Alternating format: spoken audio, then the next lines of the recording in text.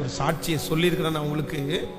ஒரு சகோதரி வந்து திருநெல்வேலியில் சாராடெக் அப்படின்ற ஒரு காலேஜ் இருக்குது, ஒரு கேர்ள்ஸ் காலேஜ். அப்போ இந்த காலேஜில் வந்து அவங்க மூன்றாம் ஆண்டு படித்து கொண்டிருக்கும் போது ஒருத்தங்க வந்து ப்ரேயர் நடத்துறதுக்காக வந்திருக்கிறாங்க.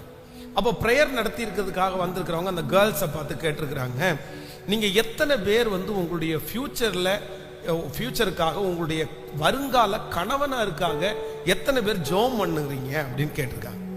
அப்போ நிறைய பிள்ளைங்க என்ன பண்ணிட்டாங்கன்னா, சரி கை தூக்கலை அப்படின்னா சொல்லி கணவனருக்கெல்லாம் ஜெபம் பண்ணுவாங்களா? அப்போ யாருமே கை தூக்கலையாமா. உடனே அந்த கிளாஸ் நடத்த வந்திருக்கிறவங்க சொல்லியிருக்கிறாங்க, உங்களுடைய வருங்கால கணவனாருக்காக இன்னையிலிருந்து நீங்க ஜெபம் பண்ண ஆரம்பிங்க. நீங்க என்னென்ன ஜெபம் பண்றீங்களோ அந்த ஜெபத்தெல்லாம் கர்த்தர் கேட்டு அந்த மாதிரி நிச்சயமா உங்களுக்கு வாய்க்க பண்ணுவார் அப்படின்னு சொன்ன உடனே இந்த மனசுல அந்த பிள்ளைக்கு குத்தப்பட்டு, இது கர்த்தர் ஏன் கூட தான் பேசுறாருன்னு சொல்லி அன்றையிலிருந்து அந்த காலேஜ் படிக்கிறதுல இருந்து 10 வருஷம் தாண்டி அவங்களுக்கு கல்யாணம் நடந்திருக்கு. 10 வருஷம் தவறாம 1 மணி நேரத்தை அந்த தன்னுடைய எதிர்கால கணவனாருக்குன்னு பிக்ஸ் பண்ணி 10 வருஷம் ஒரு நாள் கூட தவறாம ஜெபம் பண்ணிருக்காங்க. ஒன்டே என்ன நடந்தாலும் எந்த ஃபங்க்ஷன் போனாலும் அன்னைக்கு 1 மணி நேரம் எங்கேயாவது ஒரு இடத்துல போய் தன்னுடைய எதிர்காலத்து இப்படி இருக்கணும், தன்னுடைய கணவனார் இப்படி இருக்கணும் ஜெபம் பண்ணிட்டு வருவாங்களாம். அப்போ 10வது வருஷத்துல திருமணம் ஆகுது. இவங்க தான் சொல்லியிருக்காங்களே, நான் எதையுமே சொல்ல மாட்டேன், எங்க அம்மா அப்பா யாரை காமிச்சாங்களோ நான் பண்ணிடுவேன். ஏன் அப்படின்னா நான் எத்தனை வருஷம் ஜெபம் பண்ணியிருக்கிறேன்? 10 வருஷம் ஜெபம் பண்ணியிருக்கிறேன். அதனால கண்டிப்பா ஆண்டவர் எனக்கு நன்மையை செய்வார்னு சொல்லி திருமணத்தை பண்ணிட்டாங்க. கல்யாணம் முடிஞ்சிருச்சு. கல்யாணம் முடிச்சு அன்னைக்கு அடுத்த நாள் காலையில பாத்தீங்க அப்படின்னு சொன்னா அவருடைய கணவனாருடைய கேரக்டர் வந்து இவங்க என்ன கேரக்டருக்காக ஜெபம் பண்ணாங்களோ அப்படியே ஆப்போசிட்டா இருந்துச்சாம். நேர் எதிரா அவங்க ஜெபம் பண்ணும்போது சொன்ன ஒரு ஜெப குறிப்பு ஜெபம் பண்ணுவாங்களாமா, ஆண்டவரே எனக்கு வருகிற கணவனார் ஞாயிற்றுக்கிழமையானா அவர் ஃபர்ஸ்ட் ஆளா எந்திரிச்சு அவர் ரெடி ஆகி நீங்களாம் கிளம்பலையா கிளம்புங்கன்னு சொல்லி அவர் தான் எங்களை கிளப்பி கூட்டிட்டு போகணும். அந்த மாதிரி ஒரு கணவனார எனக்கு தரணும்னு ஜெபம் பண்ணாங்களாம். அவங்களுக்கு வந்து புதன்கிழமை திருமணம் ஆகிறது. அந்த ஃபர்ஸ்ட் சண்டே நான் நைட்டே இவங்க எல்லாம் சட்டை பேண்ட் எல்லாம் அயன் பண்ணி வச்சுட்டு எங்க நாளைக்கு நம்ம வந்து 2வது ஆராதனைக்கு போகலாம், 8:30 ஸ்டார்ட் ஆகுது, நம்ம 8 மணிக்கு வீட்டிலேருந்து கிளம்புவோம் அப்படின்னு சொல்லி எல்லாத்தையும் ரெடி பண்ணி இவங்க வந்து 7 மணிலேருந்து எழுப்புனாங்களாம். இந்த மாதிரி சர்ச்சுக்கு போகணும், எந்திரிங்க, புது மாப்பிள்ளை வேறையா, நீங்க வந்து குளிச்சுட்டு ரெடியாங்க, நானும் ரெடியாக போறேன்னு சொல்லி எழுப்பிட்டு 7 மணிக்கு எழுப்பிட்டு காஃபியை கொண்டு வந்து டேபிள் மேல வச்சுட்டு இவங்க போய் ரெடி ஆகி கரெக்டா 7:45 வந்து பாக்குறாங்களாமா, காஃபி ஆறி போய் தூங்கிட்டு இருக்கிறாரு. 7:45 திருப்பி இது பண்ணி எங்க காஃபி ஆறுது நான் சூடு பண்ணிட்டு வரேன்னு சொல்லி திரும்ப சூடு பண்ணிட்டு 8 மணிக்கு எந்திரிங்க, டைம் இல்லை, உடனே நம்ம கிளம்பணும்னு சொல்லிட்டு அவர் என்ன சும்மா ஞாயிற்றுக்கிழமையாவது சும்மா இருக்க மாட்டியா, சரி 8:30 மணி போனா அடுத்த சர்வீஸ் போலாம் அப்படின்னாராமா. இவங்களுக்கு அப்படியே பகீர்னு ஆயிடுச்சாம். அப்புறம் திட்டிட்டே எந்திரிச்சு பல்லு விளக்கி வீட்டில இருந்து கிளம்பும் போது 8:45 கிளம்பி அங்க போயிட்டு 9:15 சர்ச்சுக்குள்ள போய் 10 மணிக்கு சர்வீஸ் முடிஞ்சிருச்சாம். அவங்க சொன்னாங்க, என் லைஃப்லயே ஒரு 3/4 மணி நேரம் சர்ச்சுக்கு அட்டன் பண்றது இதுதான் என் ஃபர்ஸ்ட் டைம். ஃபர்ஸ்டே போயிடுவேன், லாஸ்டா தான் வருவேன். முடிச்ச உடனே இவங்க ஜெபம் பண்ணுவாங்களா, ஆண்டவரே முடிச்ச உடனே என்னுடைய கணவனார் சர்ச்சில் இருந்து எல்லாத்தையும் ரெடி பண்ணி வச்சுட்டு கடைசியில நாங்க 2 பேரும் கிளம்பி வரணும்னு பாஸ்டர் ஆமேன் போட்டு முடிச்ச அடுத்த நிமிஷத்துல போலாமா. ஏங்க நம்ம இப்பதான் கல்யாணம் ஆயிருக்கிறோம், பாஸ்டர்ட்ட போய் ஒரு ஜெபம் பண்ணிட்டு வந்துடும் அப்படின்னு. இல்ல அங்கெல்லாம் கூட்டம் நிறைய பேர் இருக்காங்க, நிறைய பேர் பாஸ்டர் ஜெபம் பண்ணிட்டு இருக்காங்க, நம்ம எதுக்கும் போயிருவோம், இடையில பாத்துடலான்னு சொல்லி ஃபர்ஸ்ட் வண்டியை எடுக்கணும்னு நினைச்சாரு. இவங்க அப்படியே அப்செட் ஆகி போச்சு, நம்ம 10 வருஷம் ஜெபம் பண்ண ஜெபம் போயிச்சு, வீணா போயிருச்சு, என்ன இப்படி நடக்குது, நமக்கு ஒண்ணு கூட நடக்கலையேன்னு சொல்லி ரொம்ப அப்செட் ஆயிருக்காங்க. அப்போ வந்து ஒரு காலத்துல வந்து இதுல இந்த கணவனாரை விட்டுறலாம், இது நமக்கு மேட்ச் கிடையாது, நம்ம தெரியாம வந்து இந்த மாதிரி நம்பிட்டு இருந்தோம்னு சொல்லிட்டு அவங்க சொல்லும் போது சொன்னாங்க, என்னமோ தெரியல பாஸ்டர், அந்த டைம் வந்து இந்த போனுன்ற ஒண்ணு என் கையில இல்லை, இந்த போனுன்ற மட்டும் ஒண்ணு இருந்துருச்சுன்னா கண்டிப்பா நான் டைவர்ஸ் ஆயிருப்பேன். இது இல்லாதனால எங்க வீட்டுல தொடர்பு கொள்ள முடியல, பேச முடியல, அதனாலே. ஆனா ஆண்டவர் ஒரு நாள் வந்து பேசினாராம். இவங்க கேரக்டர் அப்படியே சேஞ்ச் பண்ணிட்டாங்களாம். அவங்க தன்னுடைய வருங்கால கணவனாருக்காக எவ்வளவு ஜெபம் பண்ணாரோ அதை விட அவர்களுக்காக அவங்க ஜெபம் பண்ணாங்களாம். என் கணவனாட்ட நான் கோவப்படக்கூடாது, என் கணவனாட்ட எப்பவுமே சிரிச்சுட்டே இருக்கணும், காலையில எந்திரிச்ச உடனே அப்படி காஃபி நான் தான் போட்டு கொடுக்கணும், அவருக்கு ஸ்டாக்ஸ் நான் தான் போட்டு கொடுக்கணும், இந்த மாதிரி நிறைய பொருத்தனை எடுத்திருந்தாங்களாமா. இவங்களுக்கு ரொம்ப வெறுப்பாகி போய் இந்த மிருகத்துக்கு எதுவுமே பண்ணக்கூடாதுன்னு ஒரு முடிவு வந்தாங்களாம். அப்பதான் ஒரு இடத்துக்கு சர்ச்சுக்கு போகும்போது ஆண்டவர் ஒரு நாள் பேசினாராமா, நீ ஜெபம் பண்ணது எல்லாம் ஓகே, பட் நீ எதுக்கு உன் கேரக்டரை மாத்துற? இன்னொருத்தர் அதுக்கு நீ நினைச்சது மாதிரி நடக்கல அப்படின்ன உடனே நீ உன்னுடைய குணத்தையே சேஞ்ச் பண்ணலாமா, நீ எடுத்த பொருத்தனை எப்படி கைவிடலாம் அப்படின்னு சொல்லி ஜெபம் பண்ணோம்னா மறுபடியும் மன்னிப்பு கேட்டு, இல்ல ஆண்டவரே நான் சாகர வரைக்கும் நான் எடுத்த பொருத்தனையை நிறைவேற்றுவேன் அப்படின்னு சொல்லி 11 வருடம் தாண்டி பாத்தீங்கன்னா அவருக்கு ஒரு பெரிய விபத்து நடக்குது, ஒரு ஆக்சிடென்ட். அந்த ஆக்சிடென்ட்ல அவர் மரிச்சு போற ஒரு சூழ்நிலை, மரணத்திற்காக போராடிட்டு இருக்கிறாரு. எங்கன்னா ஹாஸ்பிட்டல்ல ஐசியூல இருக்காரு. அப்ப ஆண்டவர் அங்க அவரை சந்திக்கிறாரு, தொடப்படுறாரு, தன்னுடைய வாழ்க்கையை ஒப்பு கொடுக்கிறாரு.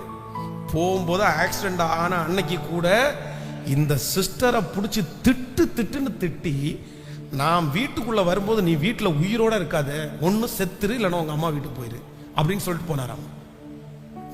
ஆனா அந்த ஐஸ்ல இருந்து வெளியே வரும்போது போன கணவனார் இல்ல, 10 வருஷமா ஜெபம் பண்ண கணவனார் திரும்பி வந்தாராம். 10 years.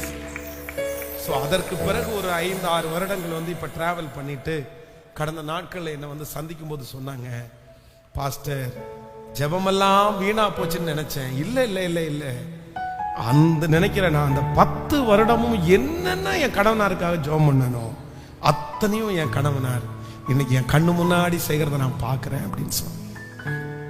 அதனால ஆண்டவருடைய பிள்ளைகளே, உங்களுடைய கேரக்டரை நீங்க என்ன பண்ணிக்காதீங்கன்னா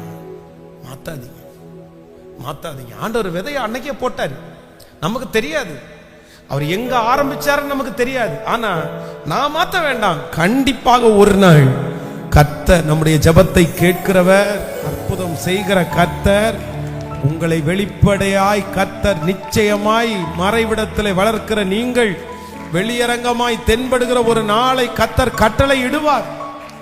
நம்முடைய ஜெபங்கள் வீணாய் போகவே போகாது. ஆமென். சோ நம்மை கர்த்தர் எங்க ஆரம்பிக்கிறார்னு தெரியாதனால ரெண்டாவது ரொம்ப ஜாக்கிரதையா இருங்க. நான் எந்த சூழ்நிலை வந்தாலும் நான் எடுத்த பொருத்தனை, நான் எடுத்த தீர்மானத்திலே நான் நிலைத்திருப்பேன். அவர் எனக்காக யாவையும் செய்து முடிப்பார். நடக்கும், நிச்சயம் நடக்கும், நிச்சயம் நடக்கும். சுற்றி உள்ள கண்கள் அதை காணும். நம்மை சுற்றி இருக்கிறவர்கள் பார்ப்பார்கள். எனக்கு ஒரு பெரிய நம்பிக்கை இருக்கிறது, என் கண்ணுக்கு முன்பாக ஒரு பெரிய தரிசனம் இருக்கிறது. பல வருடங்களாக மூடப்பட்டு கிடக்கிற விதைகள், பல மாதங்களாக மூடப்பட்டு கிடக்கிற விதைகள் முளைக்க ஆரம்பிக்க போகிறது, துளிர்விட ஆரம்பிக்க போகிறது. கர்த்தரே அதை செய்வேன் என்று கர்த்தர் வாக்கு கொடுக்கிறார். அவர்கள் கண்களுக்கு முன்பாக நம்மை மேன்மைப்படுத்துகிற கர்த்தர்.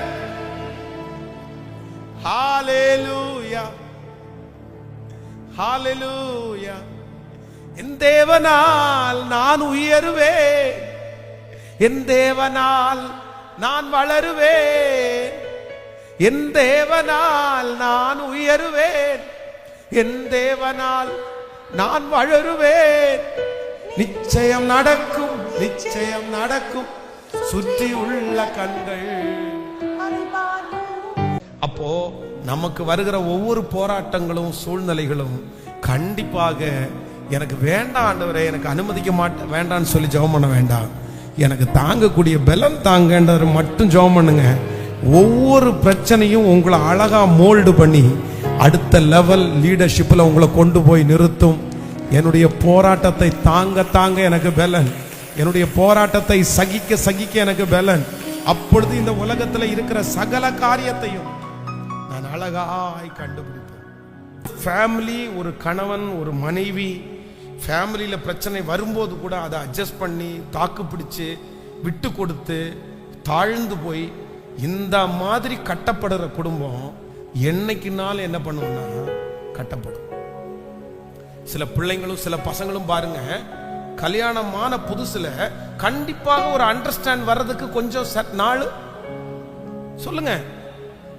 சில குடும்பத்துல அண்டர்ஸ்டாண்ட் ஆகிறதுக்கு ரொம்ப நாள் ஆகும், 5 வருஷம் 6 வருஷம் ஆகும். ஆனா இந்த 5 வருஷம் 6 வருஷத்துக்கு முன்னாடி இப்போ இவங்களுக்கு பிடிக்காத ஒரு கேரக்டர் அவங்க பார்த்துட்டாங்கன்னா என்ன நினைக்கிறாங்க அப்படின்னு சொன்னா, காலம் முழுவதும் இந்த கேரக்டரோட நான் வாழணுமா, காலம் முழுதும் இந்த கேரக்டரோட நான் வாழணுமா? அப்போ அவ்வளவு நாட்கள் ஆண்டவர் மாற்றுவார்ன்ற நம்பிக்கை இல்லை, இல்லைன்னா நம்ம அதுக்கு தகுந்த மாதிரி நம்ம மாறுவோம்னு நம்பிக்கை இல்லை.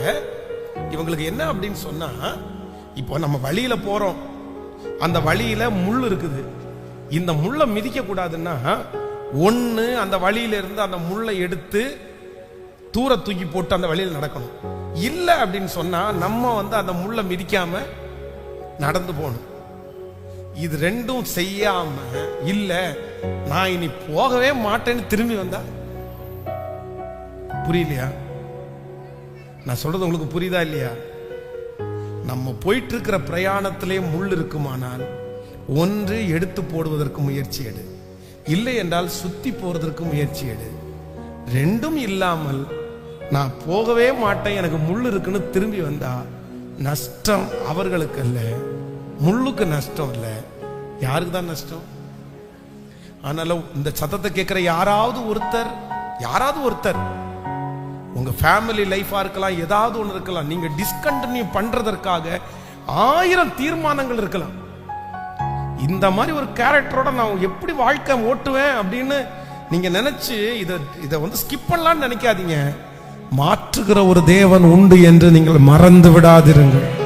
திருப்புகிற ஒரு தேவன், எவ்வளவு பெரிய மோசமான ஒரு கேரக்டரையும் ஒரே சந்திப்பில சவுலை பவுலாக மாற்றினவர் நம்முடைய தேவன். நல்ல கரங்களை தட்டி முழு பலத்தோடு சவுல் என்கிற ஒரு அரக்கனை ஒரு ஊழியக்காரனாகிய பவுலாய் மாற்றினவர் நம்முடைய தேவன். 24 மணி நேரத்துக்கு ஒரு மனிதனுடைய கேரக்டரையே மாற்றுவதற்கு, குணத்தை மாற்றுவதற்கு என் தகப்பன் நல்லவராயிருக்கிறார். அவர் உங்களுக்காக மாற்றுவார்.